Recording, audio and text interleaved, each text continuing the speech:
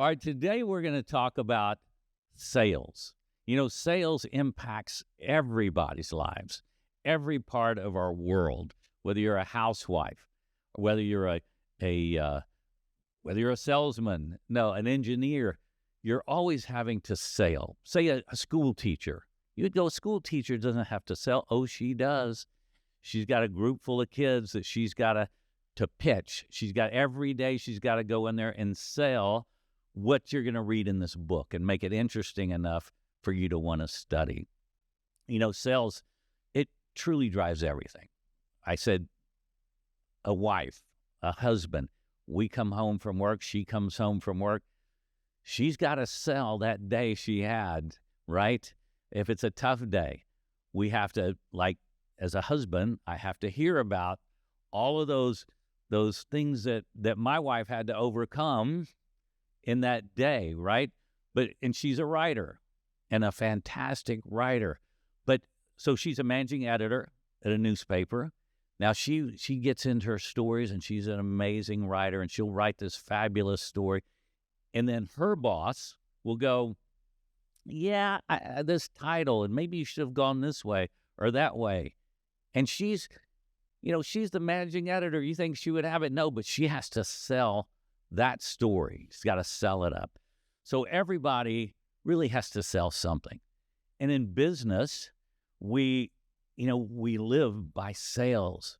We think because maybe, and I'm going to just use this for a fun little prop, we created this product, right? And we think it's the greatest thing in the world. It's going to solve all the world's problems.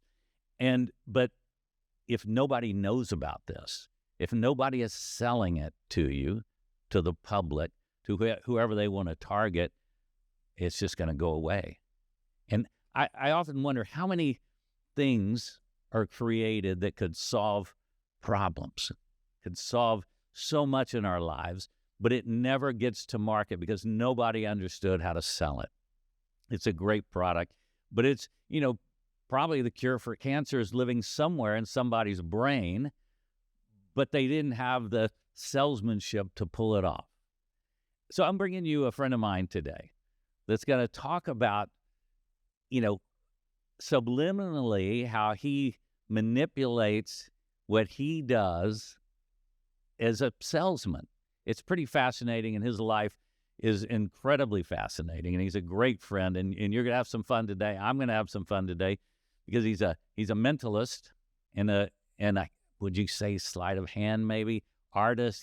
He's good at what he does, and he blows you away, and he's blown people away all over this country. He's worked for some of the biggest Fortune 100 companies on the planet because of what he does, and it all boils down to sales. So my good friend is our guest today, David McGee.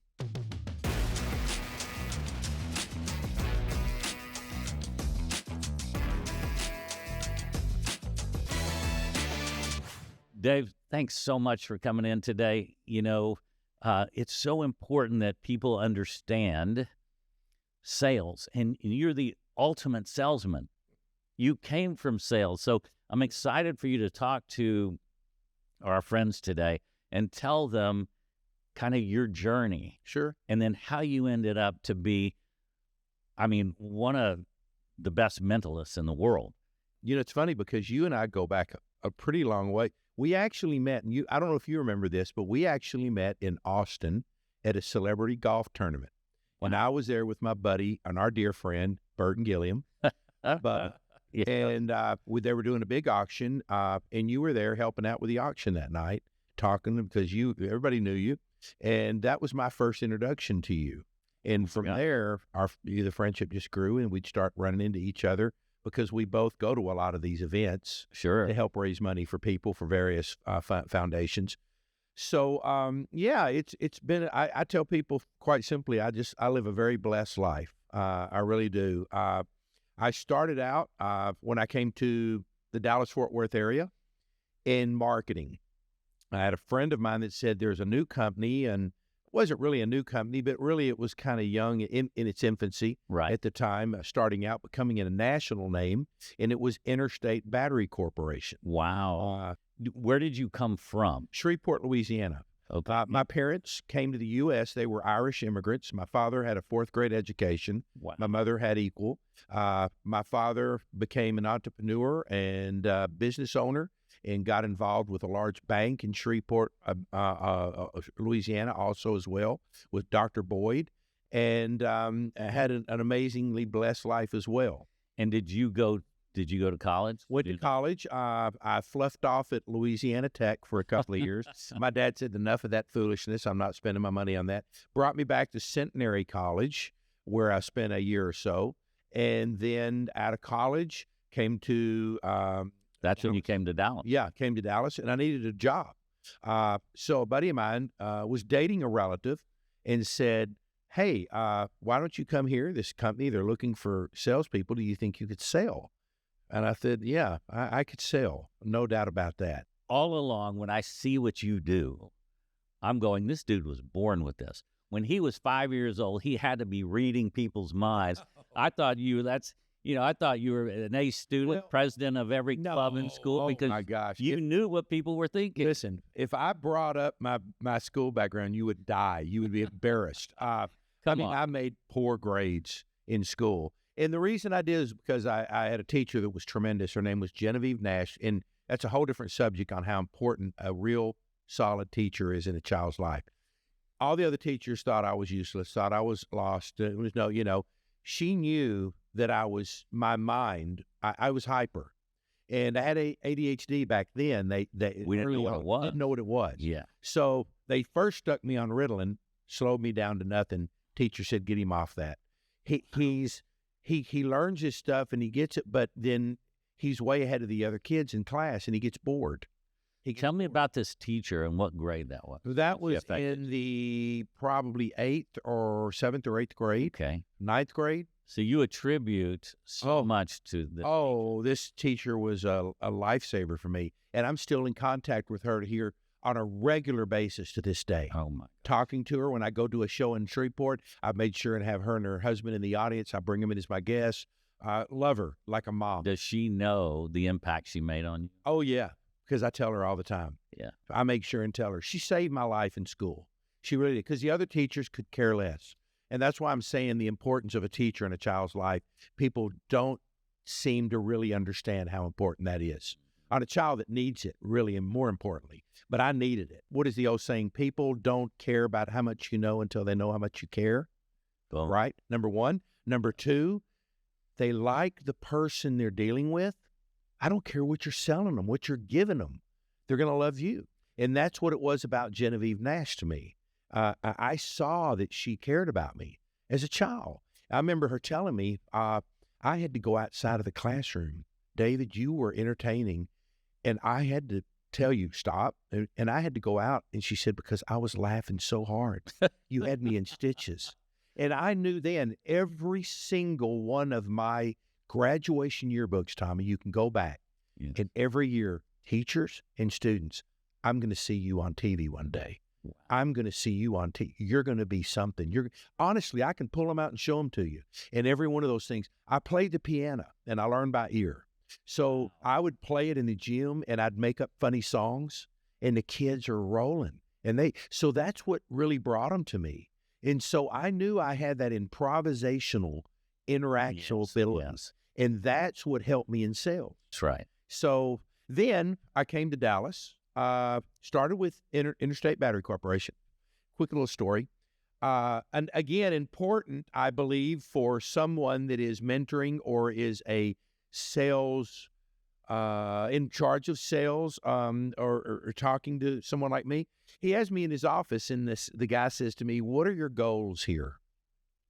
And I didn't know what to say, and I looked up on the office, and there was a plaque, and it was of the United States of America, and it said most dealers set up for 2019 or whatever the year was. 2019. Probably not. No. We're going to go back. No, sorry. 1,000. That's funny. 1999. Isn't that bizarre?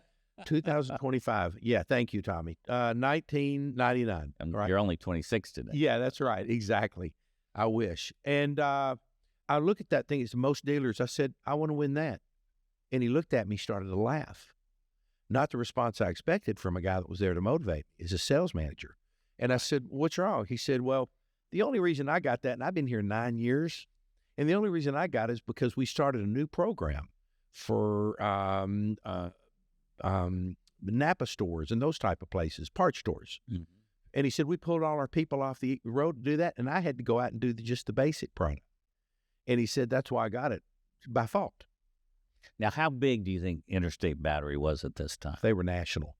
They were all over the country. Oh, they were. And they were gunning for, at the time, Sears, Die Hard.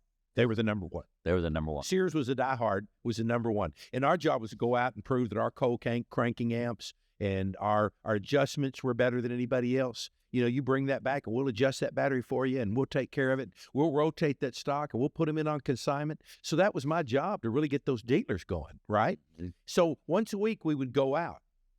Well, by the way, not to go off this story, to finish it. Yeah, sorry. Within a year, he said every 2 years we have a national sales conference. Wow. So the next year was the year that sales conference was coming up. And I got to go to the sales conference. And when they said most dealer award of the year set up, 289, whatever it was, David McGee. Boom. And I walked right past that guy, and I went up and I got that from that guy, and I still have it to this day. Is that right? At my house, tucked away. Oh, my Now, goodness. I'll tell you what's crazy. Put me out on the road, said start going out and selling every week. Their program was you sell a week, and then you work in Dallas a week. Sell a week. So you go out to distributors all over the country. From California to New York City to Florida to Dallas to Wyoming, it didn't matter, but you go in for a week and you'd set up accounts. And the average then was 20 to 25. And I was a week.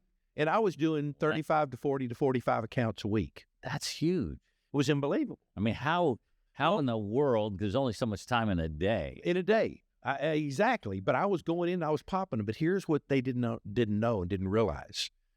Even then, I was starting to pave my future for where I'm at now. Every step in my life, as I look back, Tommy, it's almost been, and I use the word ordained, to where I'm going to be. I'm a big believer in that your future is known. You just have to get to it and find your purpose really quick, right? And so I'm setting up these accounts, and one guy said to me one day, how are you doing this? So I'm in St. Louis, Missouri, on the outskirts. Guy puts me in his van, and he's driving me. He's the local sales guy. We're driving by this huge Napa parts store. Huge. 2 city blocks. I said, hey, Joe, pull in there. No. We just had Brad was here, Brad Nichols, last week, and he cursed him so bad and sent him out of here. Cursed him. I don't care.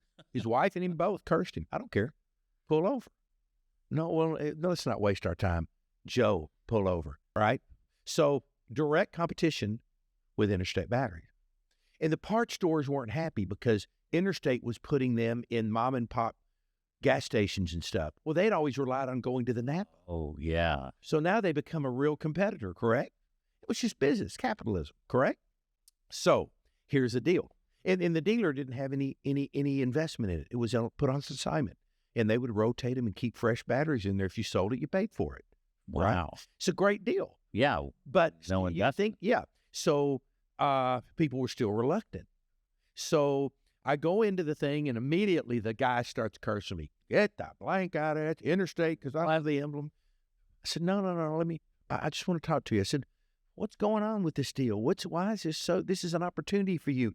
I see you're in the country and you have tractors and implements and all this, some of the stuff you don't carry, and we can put in here at a larger amount for you with no investment. No. Well, don't compete with us with the automotive. Let us do the tractor and the motorcycle and the. No, I said, I'll tell you what, do me a favor. Do me one favor. That register of yours? He goes, yeah. I see you smoking a cigarette.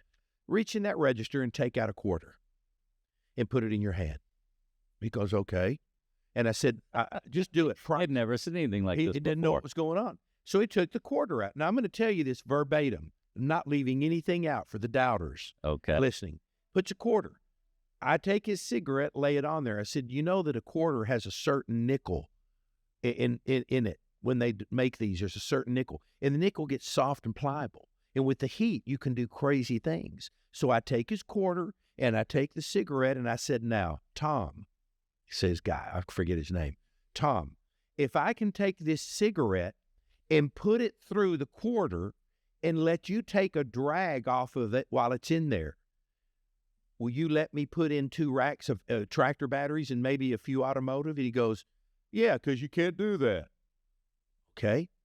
Just take a drag off. Never say you can't do that. Take a drag. And I do this, and I rub it, and I said, did you see it? And he goes, no. And I'm setting him up, and it didn't go through. Put it up. Did you see it? I said, sometimes it's the perception of how you're looking at it. And I took that thing and literally pushed it through the middle, and it's halfway out here, halfway here. What? And his eyes, and I put it over to him. I said, take a drag. And he took it, and I took it out, and I said, look, the hole healed, and I gave it to him in the cigarette. I thought he was going to go absolutely the same. He starts cursing. He starts screaming at his guys in the rack. His grease monkeys in the back. Hey, Edward, you got to come here. Can you show them? I said, sure, come on. Use their cigarette. Yeah. So I do it for all the guys. Oh, my God. They've forgotten everything. All of a sudden, Joe comes in because he thought maybe I'm gotten beat up. And I turned around and looked at Joe. I said, Joe, bring in 2 racks. And I've listed out all the batteries on the contract. Go ahead and bring these in. It was 24 batteries. Oh, my God. And he looked at the thing and looked at the man, looked at me, and the guy goes, well, go get them. I said, give us 3 months to show you what we do. I spoke to the person that has that dealership probably 7, 8 years ago in distributorship, and he told me that's been one of our biggest clients for 20-something years. Oh, my gosh. So one thing, because he didn't care about the batteries at that point, he cared about what I did. Yeah, for him, what I did and showed him. I told him it wasn't about that. I want you to have a really unforgettable moment. Do you know how many times he probably told that story to people over the years? Oh, my God. What did he do, Tommy? He took me home with him that night, not physically, but mentally. And he told that story, and he recreated that moment. And Lord knows how many things he added onto it because people embellish. And fire came out the back of the coin. You hear the craziest stories. But he went home with me that night. If you can do something as a sales or marketing person, and you said right off the bat, anybody's a marketing person. And if you are a marketer and you don't think that you're an entertainer, then you're not a good marketing person. It's developed. And you have to be on your game. Your stage is that area that you're on right there. And you're holding that audience's attention in the palm of your hand. And if you can do something that makes them or creates a moment so memorable that they go back and tell 10, 20, 30 or more people, you own it. You own it. You're the man or the woman then. Wow. And so he took me home. So going home with your customer is the most enviable thing that a sales marketing person can do. All the people I've talked to, I've never heard it put that way. It's so important. Make sure they remember you when they go home. And right. you'll have that deal. And is that how you developed so many customers across the country? Doing these wonderful little when I would go to dinner with clients, Interstate Batteries, again, I tell you, odd thing is, even when I left them, 10, 12, 14 years later, I was still doing shows for them. Their NASCARs. They'd bring me to California to do an event. They'd bring me to the Trade SEMA Apex show, sure, largest automotive shows in the world, and they'd bring me to perform. But they also were clever enough to realize we need him with our top people. So when they had their dinners at Del Frisco's out at night, they'd send a limo to pick me up. And they'd bring me to Del Frisco's, and they'd be in a private room with 30 of the top people that for Mercedes, aftermarket automotive they got into, sure, and BMW and this and that. And we would do a thing, and then they'd clear the table, and then I'd do a close-up show. Oh, my. And when I would do the close-up show, those people from those corporations would come up to me and say they say, I paid $100 for a ticket to see a guy last night, and what I just saw here, I'll never, ever forget. You have to be honest. You have to be real. And if you're real with people, because they can see if you're faking it. Absolutely. And if you're not honest, then they'll see through it and they're not going to buy whatever you're selling. 100%. No, it has to come from your heart. I love what I do. Let me tell you this. My investment guy, Neil, I talked to him a couple of weeks ago, and he asked me, he said, why are you still working? And I said, Neil, I'd do it if I had to do it for free. Yeah. Here's my thing right now. Here's my schedule, not to jump too far and skip over some other stuff. No, this is good. But I do Monday through Thursday night in my opinion, the number one most amazing, beautiful resort in Cancun, Mexico, on the Mayan Riviera side of the peninsula. All right, on the Caribbean side, and it's called the Palace Resorts. And I do 4 nights, Monday through Thursday, and then my wife and I have Friday, Saturday, and Sunday. We can go do things, whatever we know how to do around the area. You're in paradise. Or we're in paradise. I do Monday through Thursday nights. I leave the house around 7:30, right? Get ready to leave 7:30. 15 minutes, I'm at the resort. All right, go set my stage, takes me 10, 15 minutes, and relax. Backstage or the green room or up in the AV with the guys. They open the doors at 8 o'clock. I do the show at 9 o'clock. I do a meet and greet after, and I'm home in bed at 10:30. That was pretty good. Pretty nice gig. Now, I still come to the States and do several, well, in December I did 6, 7 one-nighters. But I generally do 2 a month. Generally, I'll fly in anywhere in the country on a Friday night, do the show. It's usually at a conference or convention, wrapping up something, at a sales conference or for a corporate deal. And then like next week, I'll be in North Carolina for U.S. Food Corporation. Does this like throw you back to your sales days? When you're doing a sales conference, do you throw in the business of it too, along with this amazing? Well, Barbara handles everything, the logistics with the planners, right? So this one, we had our AV guy, Gary Lee Love, our voiceover guy, do my intro, and he threw in their theme for the U.S. Foods this week, which is called Let's Go. Yeah. So he does a whole thing at blah, blah, blah, the Mayan Riviera, and here he is this evening, ladies and gentlemen, let's go. It's time for David McGee, whatever. And so now I'll use that a couple of times in my show. Okay. So I'm tying that in. But when I'm doing one of the effects, like for instance, I'll give you I have a deal where I have a drawing and I hand it to a guest in the audience and they come up and stand behind me. I'm seated in a chair with a blindfold on.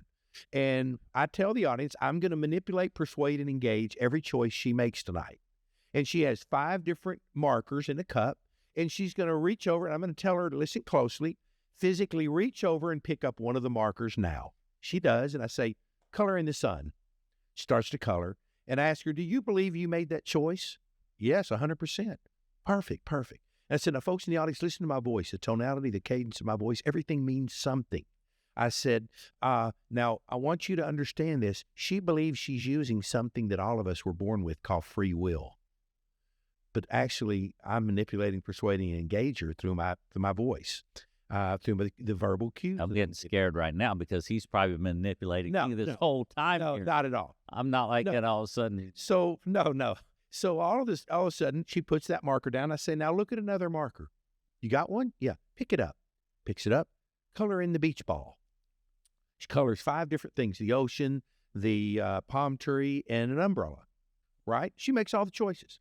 Now, as she's doing it, I say to the audience herself, and I say to the audience, now, ladies and gentlemen, she's using something we all have called free will. Someone in your group made a free will decision to come here to the Palace Resorts, and we're thankful that you did. The Palace family is grateful. But listen, what's more important is that you have great memories here because that's what they want. But more importantly, make every moment a great experience. And that's the name of the show, The Experience with David McGee. Yes. I'm not selling me, Tommy. I'm selling David McGee as an extension of the resort. And it all goes back to selling some batteries, right? But instead of batteries, now you are working with these different companies. Absolutely. And selling these companies, you're given that gift. Instead of full time here, you're now giving it to all these different companies. So but I'm also getting the opportunity to give back. There are 2 magicians that are there, complete Sebastian and Fernando, and I work with both of them. In fact, I'll be working in 2 weeks with Fernando on a new effect that he's doing.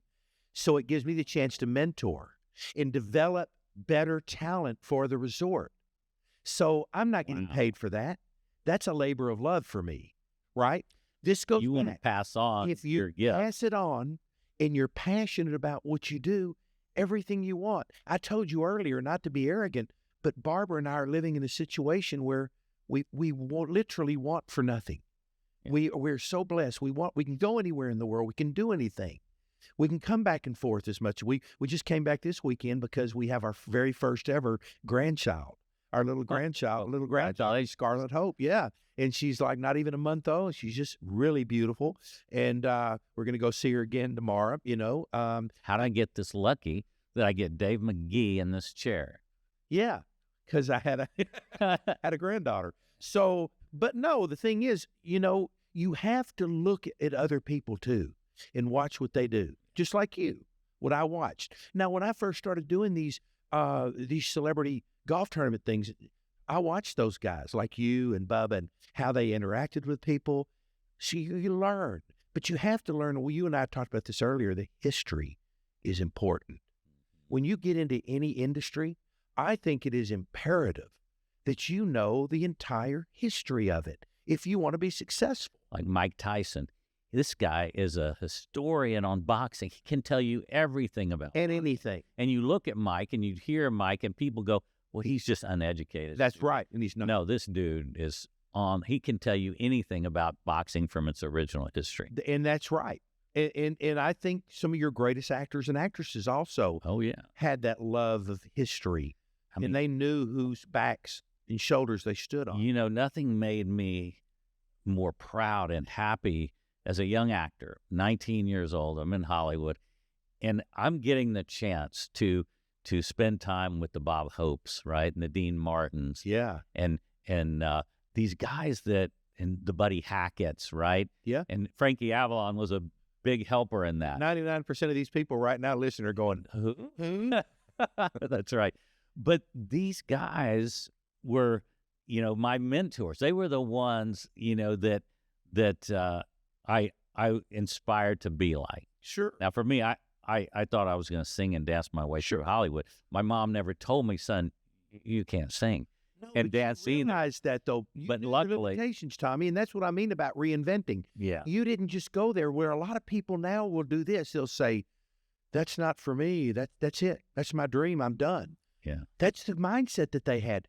You and I are different. That's why I believe we're so much alike, because we reinvent ourselves. Sales, marketing, batteries, got out of batteries, got into trade shows, representing the major. So there was a risk there. When you told your wife, oh, yeah, I have to be done, how did, because how old were you? And then how do you make that transition into entertainment? Well, let me, first of all, as I say this is the other important component to a successful. We always say, behind every man, there's a great woman. We hear that, but that's an imperative step in the process. When I said to her, I'm tired, she looked at me and she said, what do you want to do? And I said, I want to entertain. She looked at me and she said, do it. Wow. That's good. That's is powerful. I can't tell you on one hand how many friends I have that were quote magicians, that when they said to their wives, they either got divorced. That's silly. You're not getting in that silly stuff. No support. Yeah. But she knew, right? It was my passion. And so she had to have seen something in that. So she supported me. And man, I got it. I went into it full force. Let me ask you, when you were making that move and you said, okay, I now booked a corporate outing, what were your goals? What kind of small goals did you set that you can look back on now and go? I always had a fiscal and financial goal. Okay. And I said early on in my career, when I first left, I was saying, pick an example. I want to make $10,000 a month. That's my nut. And my mentor, Harrison, pretty much walked me through all that too and told me, you got to do this. And what's your nut? What do you want to pay and what do you want to save? Because saving is important. Because here's the sad part. The majority of the people in my industry die broke, or they didn't have wives that were good at saving. My industry with you, brother. Our industry. They don't think of fiscal. And that's where I started focusing on learning how to invest, reading books about invest. My library at home, when we were clearing it out, I was looking at all the different things on sales and investing, and I'd get little tidbits and things out, and I didn't know a lot about it. So I trusted other people to do it that I could rely on. And that was one of the goals that Harrison taught me, was that put away. And then that's why we're in the position in life. So when you made that decision, you go off and it's a risk, obviously. Oh yeah, it's a real risk. So So, what would you tell somebody? Set some goals. Well, And set goals, first of all, and coordinate it with your spouse. Work with them so they know, okay, here's what I'm shooting for. Because Barbara was a very integral part of what I did. She ran the whole office. Yeah. She booked the flight, she booked the hotel, she did everything. So coordinated it all. So she was involved, right? So how did you first start getting booked? Okay, now we're getting into the fun part. Yeah. Terry Bradshaw told me, Dave, you cannot go out and pat yourself on your back. He said, I have David Gershenson was his agent out in Hollywood, right? And he was Burt Reynolds' agent for years. That's how he got onto the show, Cannonball Run. So Terry and Charlotte, when they were married together, it was his wife. They're divorced now, but we're friends of Barbara and I. And Terry said, David, you can't pat yourself on the back. You got to have somebody do it. I couldn't afford anybody. I just left. So at the time, I was doing a radio character that was nationally syndicated on 50 markets across the country. Wow. And it started here in Dallas. That's why also I could leave, because I had started a really kind of a good income. And it was called The Deacon from the Mount Ryland Baptist Church in Flower Mound, Texas, which was a little hole, nothing developed at the time. Terry Dorsey and KSCS was the #1 radio station country in the U.S. Yeah. They were #1 on Arbitron ratings and everything. So I did it as a joke. It went for 20 years. It ended up and still is the largest live interactive comedy feature, meaning I got up in the morning and made 20-something calls and rotated them. They got Monday and Wednesday or Tuesday, Thursday or Wednesday, Friday. And there was a whole list that Barbara would print out for me. Okay, I got to call KTLS in Missouri at 6 o'clock. And we would do them live in interaction. Wow. 3-minute bits. They never knew what I was going to say or do. But the guy had a real raspy voice like this. He was kind of a Southern preacher, right? And it was hilarious. Then we started doing tapes. Oh. And we got with Cavender's. I don't think you ever knew this. No, We got with Cavender's boot store across the economy, and we would sell them. So each station out of the 50 had to buy 2,000 minimum and put them in like a 7-Eleven. Now, in Beaumont, I remember my buddy Gary Lee Love, who was the big DJ there in the Hall of Fame now, and my AV voiceover guy, he said, we're putting them in a place called Market Basket, like a Kroger. Yeah. We sold thousands of these things. The station would get $1. I'd give $1 for a fund. I'd give $1 to a deal. They sold for $8, and then the rest was profit. The 6. Well, how in the world did you come up with that and this whole thing? I did it as a joke one morning. They were doing a thing on a radio when I was working at Interstate. Evolution. My path was being guided before I even knew it. Wow. A year before I left. And it just started taking off. Bob Kingsley, the Country Countdown, who was based out of ABC here, heard it, and he told me one day at his ranch, a Blue Stem Ranch in Weatherford, Texas, he said, David, this thing has got legs. You need to do this and syndicate it. I said, Bob, what is syndication? He goes, that means you do it all over the country. You want some help? I said, yes, sir. He said, go to something called CRS, Country Radio Seminar, where all the top DJs come in, get a booth, start telling them about it. You're on #1 station in the U.S., Terry Dorsey. You're a huge hit. They were selling the 1 minute before I came on the air to the advertisers and the 1 minute after I'm on the air for 10 times the amount of money they were paying me for 1 month. Wow. All right, so you got us all excited. I can't even stand it. Just give me a little taste. I just want a nugget of some mentalism, some side. Can you do something for me? Because I want to just experience it. Can we use you and a combination of Tony with something, saying something from there or not? Or what? Tony. I mean, not Tony, Scott. Scott. Sure. Okay. Scott can be on the air. Okay. He's our producer. It's an easy thing to do. It's an easy thing to do. It's easy for you to do. We're scared to death. I'm scared. Okay. The next thing you know, he's going to say, you take your clothes off. And I'm not even going to know, but I'm going to be naked sitting here. No. What if you were able to plant or suggest something to someone in their mind and then retrieve it? See, I need to do that. Okay, here's the thing. There's a head of a network I'm trying to convince. Well, yeah, you should have me in negotiation. But so you go in, you plant a thought in somebody's mind, and then you retrieve it. All right? Okay. And then you retrieve it. So how do we do that? We're learning because we're mentoring. Here's what we're going to do. A few million people, but we're mentoring. Here's what we're going to do. I want you to think of a 2-digit number that just pops into your head. I got it. 2-digit number. Just think of that number for me. Well, I keep thinking of two different ones because I got my favorite number, then I got the first You're number. vacillating a lot. I need you to make that commitment. I'm going to go with this. Scott, our producer, is going to play in this game. Scott, I want you to think of a 2-digit number that just pops into You don't have to yell because he's got... Oh, yes, he does. I'm sorry. I'm thinking he's through the window there in the booth. I'm sorry, Scott. Think of a 2-digit number. Hold on. Don't tell us, Scott. All right. No. Okay. Right there. You're going to make me really mad if that number is okay. My number and his number. First of all, hands away. What is the 2-digit number that you thought of? And you actually did think of another number and you changed your mind. Did. Not once, but you did it twice. Dadgum you. How did you know that? But I went back to the number that's not my favorite number. I went to the original. What's your favorite? What is the 2-digit number? 99. 99. Wow.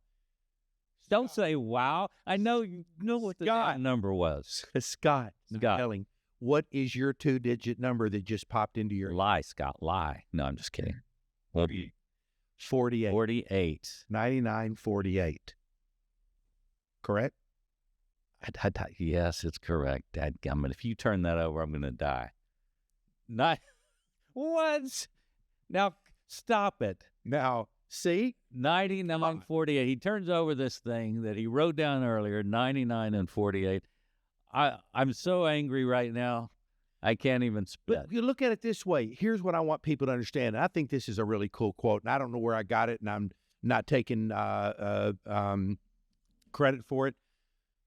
When people come to my show, it's just like life. You can look at it or a problem to solve or a puzzle or something that aggravates you, or you can look at it as a really cool experience and a journey and enjoy it. It's all about perspective. Yeah. It's the same thing with sales. It's the same thing with sales. It truly is. And I mean, listen, it's just you and me here. Nobody's listening. Just us. Tell me how you did that. Verbal suggestion. No, there's no way. 99, 40, you can't. He's just a guy with headphones on. How's he going to get something that I was doing from the moment that I sat down here with my hand movements, with every time, and you watched my hands. Don't tell me you didn't watch my hands here. You've looked at my hands. Oh my gosh, he held out a 9 and a 9, and everything is about watching a person. You don't read a person's mind. You read a person. Emerson wrote, "The eyes are a window to the soul." 87% of what we do every day is a form of nonverbal communication. This lies. This is incapable. Fly. Oh my gosh. It's reading the person. Really. Attention. And that's life, right? In sales and everything. To know, like you were saying earlier, I need to know how to negotiate. No, it's more important to know when you need to get up and walk away, to read that person's body language. Yes. And I'm wasting my time here. I need to reschedule this and do it another day. For some reason, they're not having a good day. It's as important to know that as it is to know when to leave, when to get there. This has been fantastic. Yep. And you've been amazing, and thank you so much. And so I'm going to just finish it up here because I always do. It's so important to me that we make sure we get our animals spayed and neutered, and we take care of our pets at home because they take care of us. And those sweet little pets, they are that unconditional love. When you get to experience that, it's like no other. So take care of your pets, get them spayed and neutered, support your local foundations, your shelters, and thank you so much. It's been wonderful, and thank you, Dave. I appreciate it. Tommy. I appreciate it, as always. Had a great time.